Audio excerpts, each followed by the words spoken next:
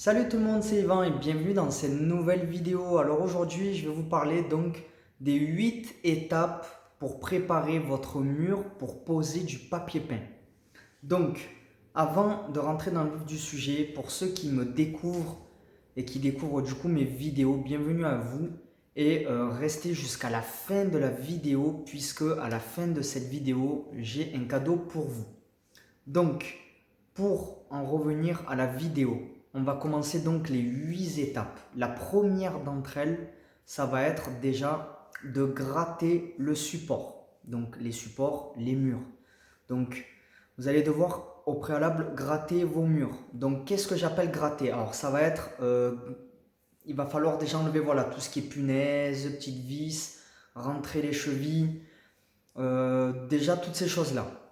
Il faut préparer en fait les murs. Ensuite, il va falloir, s'il y a des petites parties écaillées, il va falloir donc les gratter.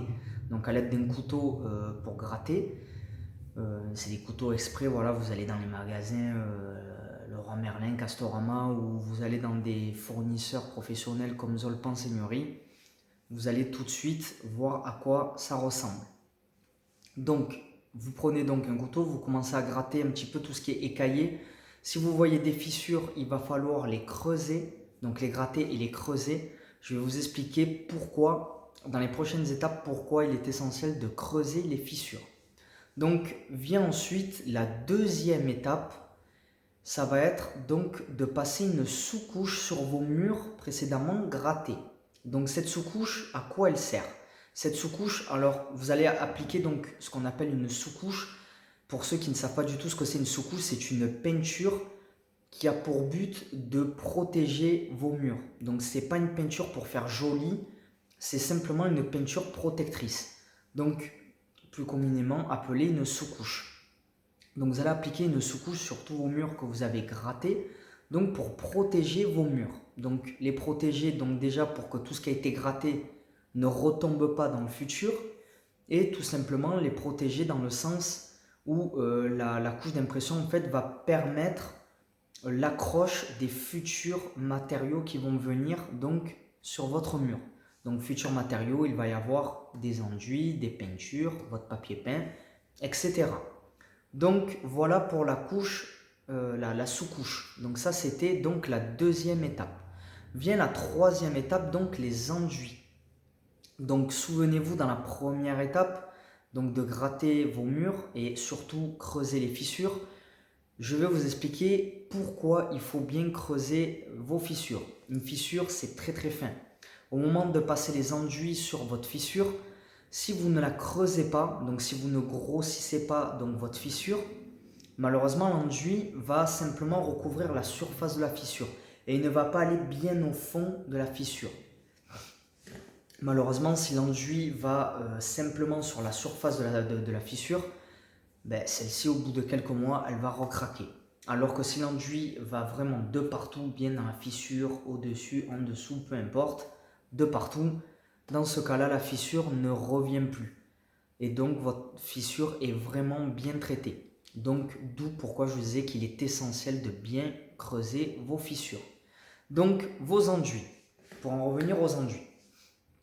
Vous allez appliquer donc une première couche d'enduit sur tout ce que vous avez gratté, fissures creusées, etc., etc., tous les petits trous, voilà. Donc tout ça pour boucher vraiment tous les défauts.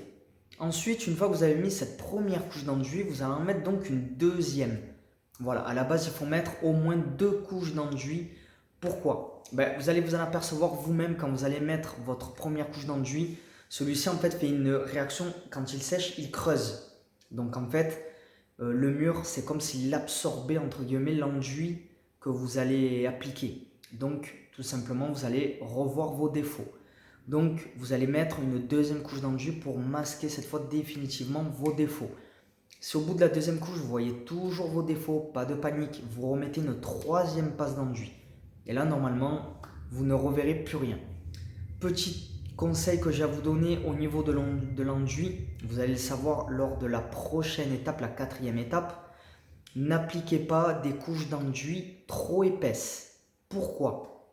Ben parce qu'on en arrive justement à la quatrième étape. Donc la quatrième étape, qu'est-ce que c'est? C'est le ponçage. Et oui, c'est l'étape qu'on déteste tous, malheureusement. Puisque on doit respirer de la poussière qui nous intoxique. Quand on touche le papier peint, celui-ci il nous irrite les mains. On est obligé de forcer comme un âne pour poncer et après on est fatigué. Bref, c'est vraiment pas l'étape préférée des peintres, hein. Donc pas de panique, rassurez-vous, j'ai des petits conseils à vous donner pour cette étape-là. Donc déjà, premièrement, pour ne pas respirer trop de poussière au moment de poncer, pensez à porter un masque. Donc c'est le masque qui va prendre toute la poussière, c'est pas vos poumons.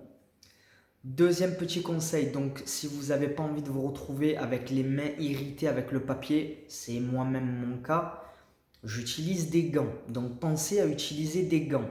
Donc c'est les gants qui vont se faire irriter, c'est pas vos mains. Donc au moins vous n'allez pas vous retrouver les mains toutes irritées. Et troisième conseil, si vous ne voulez pas forcer comme un âne pour gommer vos enduits avec le ponçage, pensez donc à appliquer le conseil que je vous ai donné donc dans la troisième étape. Passez des couches d'enduit assez fines, ne les passez pas trop épaisses. Vaut mieux passer plus de couches d'enduit, mais ne pas galérer au ponçage plutôt que faire moins de couches d'enduit et forcer comme un âne. Voilà, c'était mes petits conseils. Donc pour ce qui est des enduits, ne quittez pas encore la vidéo, elle est loin d'être finie puisqu'il reste encore 4 autres étapes. Donc vient la cinquième étape. Il vient donc la mise en peinture de vos murs. Alors là, je pense que j'en ai perdu la moitié. Ils doivent se dire, attends, il faut que je revoie le titre de la vidéo. J'ai bien cliqué sur une vidéo qui disait de préparer des murs parce que je vais poser du papier peint. J'ai pas demandé une vidéo, après on va me dire de peindre. Rassurez-vous, c'est prévu. Donc, pourquoi peindre votre mur? Donc déjà, premièrement, je vais vous parler un petit peu plus de la peinture. Il va falloir appliquer une peinture satinée. Pourquoi une peinture satinée? Alors on va faire un long parcours dans le futur. Imaginez que vous deviez donc retirer ce papier peint que vous êtes actuellement en train de poser, puisqu'il faut penser au long terme quand on fait des travaux. Si vous posez votre papier peint directement sur vos enduits, comment vous expliquer que vous allez galérer à l'enlever? Pourquoi? Tout simplement parce que pour coller du papier peint, vous avez donc besoin de colle. Si la colle, vous l'appliquez donc sur des murs enduits et que vous appliquez votre papier peint, la colle, elle va être 10 fois plus puissante. Donc elle va bien prendre, il n'y a pas de problème, hein, ça. Mais pour l'enlever, vous allez forcer comme un âne. Donc, ce n'est pas la solution. Pour ceux qui me disent, ouais, mais moi je m'en fous, je vais poser mon papier peint, puis moi après je me casse, je déménage. D'accord, vous ne serez pas concerné, mais mettez-vous à la place de celui qui va enlever ensuite le papier peint. Il va forcer comme un âne. Si ça lui arrive à lui, ça peut arriver à vous aussi si vous déménagez un jour et que vous deviez détapisser. Vous repenserez à ce que je vous dis maintenant. Donc, vous allez donc appliquer une peinture satinée. Juste une couche, ça suffit. Pas besoin de faire 2 couches. Ce n'est pas un concours de beauté puisque, évidemment, après, sur cette peinture-là, vous allez appliquer donc le papier peint. C'est lui qui va faire office de concours de beauté, etc., etc. Voilà. Donc, ça c'était la 5e étape, appliquer une peinture satinée après avoir poncé les enduits. Donc au moins, de 1, déjà pour décoller le papier peint, vous allez moins galérer plus tard. Et pensez à vous aussi, puisque ça je ne l'ai pas dit, excusez-moi. Au moment de poser votre papier peint, la colle, elle va adhérer. Mais il y a quand même un temps, de sèche. Et tout simplement, la colle va sécher beaucoup moins vite, elle va prendre beaucoup moins fort rapidement. Elle va prendre tout aussi fort quand elle va sécher. Mais avant qu'elle sèche, vous allez avoir quand même la liberté de jouer avec votre lait au moment de le poser. C'est-à-dire que si jamais vous vous loupez un petit peu, vous pouvez quand même le faire glisser sur votre mur. Autant vous dire que si vous ne passez pas votre peinture satinée auparavant, cette liberté d'action, elle va se raccourcir. Donc c'est comme vous allez poser votre lait, Vous avez vraiment quelques secondes pour jouer avec. Après, c'est foutu. Après, elle est collée. Si vous vous êtes loupé, il va falloir arracher la laie. Voilà, donc c'était vraiment mon conseil dans la 5e étape. Donc, on va faire juste une toute petite pause, histoire de récapituler. Première étape, vous allez gratter. Deuxième étape, vous imprimez. Troisième étape, vous enduisez. Quatrième étape, vous poncez. Cinquième étape, vous passez la peinture satinée, histoire que votre pose de papier peint soit plus simple. Jusque là, j'espère que vous m'avez suivi. Si cette vidéo vous a appris plein de choses, pensez à vous abonner et à mettre un petit pouce. Donc on continue pour les 3 dernières étapes, donc la 6e, 7e et 8e étape. La 6e étape, elle va consister, du coup maintenant vos murs sont préparés, il va falloir s'occuper du papier peint en lui-même. Donc cette étape-là, je vais un petit peu m'étaler, je vais essayer de faire rapide quand même.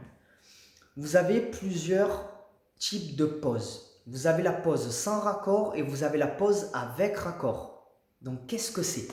Enfin, la pose avec raccord, on l'appelle plus précisément la pose en raccord sauté. Rassurez-vous, je vais vous expliquer ça et je vous invite en plus de ma vidéo de regarder des tutos qui vous expliquent réellement comment cela fonctionne. Au moins vous allez voir vraiment plus clair. Donc, si vous posez un papier peint sans motif, sans rien, voilà, il est tout vert par exemple. Là, vous allez avoir ce qu'on appelle une pose sans raccord. Donc là, pas besoin de se casser la tête. Si vous avez une hauteur sous plafond de 2,50 m, vous coupez vos laits à 2,60 m ou 2,70 m. Donc, histoire de laisser quand même une petite marge de sécurité si vous vous loupez dans la pose pour rattraper le coup.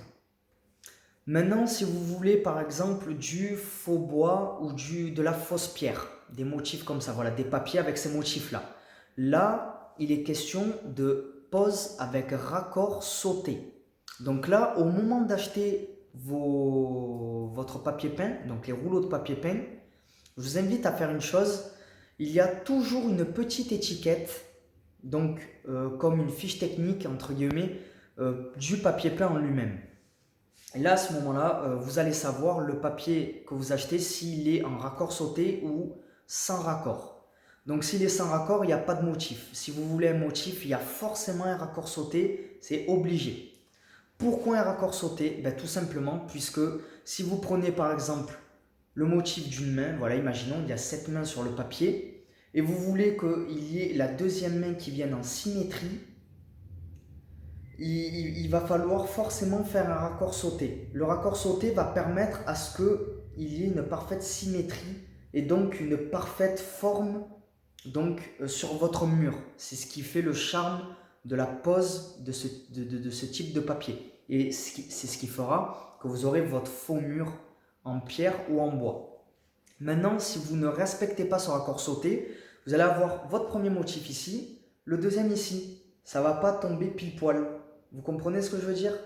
Voilà. Donc, c'est ce qu'on appelle un raccord sauté. Donc, le raccord sauté, en fait, sur la petite étiquette, alors là, dans la vidéo, je vais vous donner un petit exemple de 60 cm. Il va falloir en fait faire jouer votre papier sur 60 cm par rapport à un motif.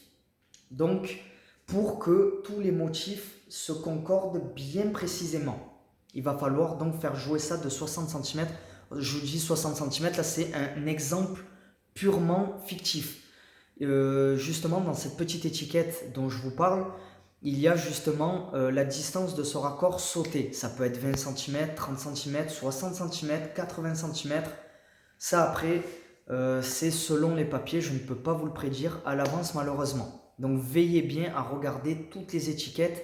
N'hésitez pas à regarder plusieurs vidéos à ce niveau-là, à vous faire conseiller par des vendeurs, donc justement quand vous allez acheter vos rouleaux. Donc voilà. Ensuite vient la 7e étape. La 7e étape, il va falloir préparer la colle. Donc là, ne vous trompez surtout pas au niveau de la colle. Prenez bien de la colle pour papier peint. Ne prenez pas de la colle pour toile de verre par exemple. La toile de verre, pour ceux qui ne savent pas ce que c'est un autre revêtement mural qui lui se peint. Donc ce n'est pas comme du papier peint. Le papier peint, comme son nom l'indique, c'est du papier.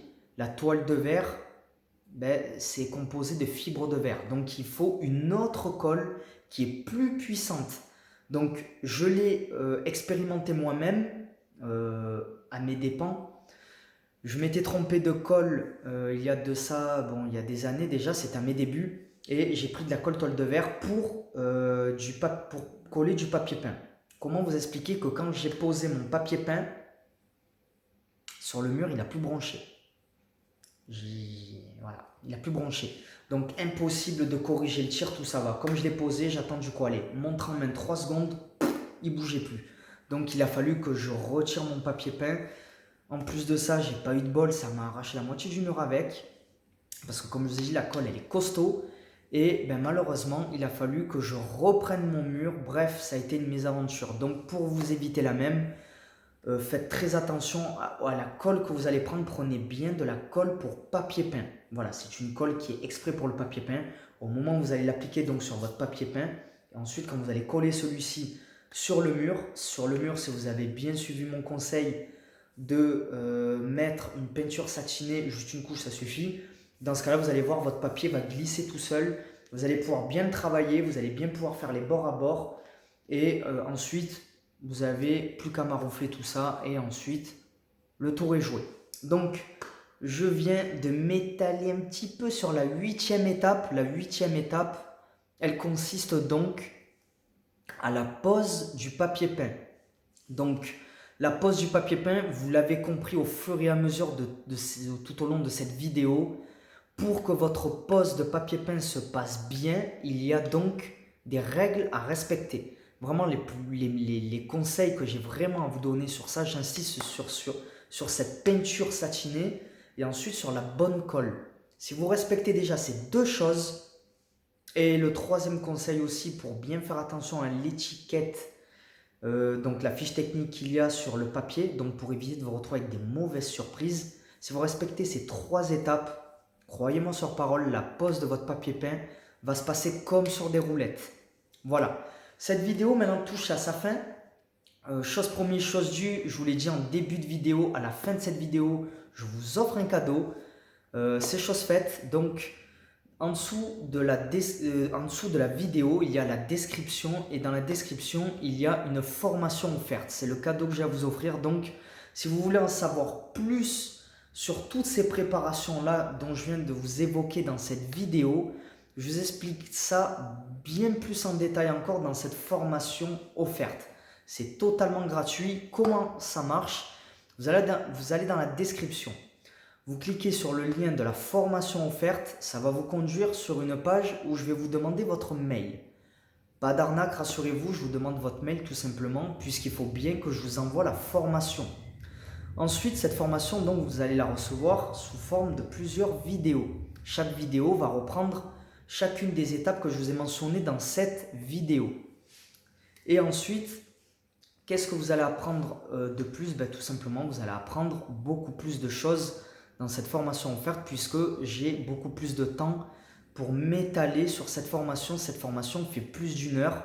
Regardez, ça fait déjà 18 minutes que je vous parle et vous ne savez pas encore tout. Donc, je vous laisse imaginer en 1 heure tout ce que vous pouvez apprendre. Voilà. Donc, cette vidéo maintenant touche à sa fin. Merci pour votre attention et votre temps. Et puis, je vous dis à la prochaine. Ciao, ciao.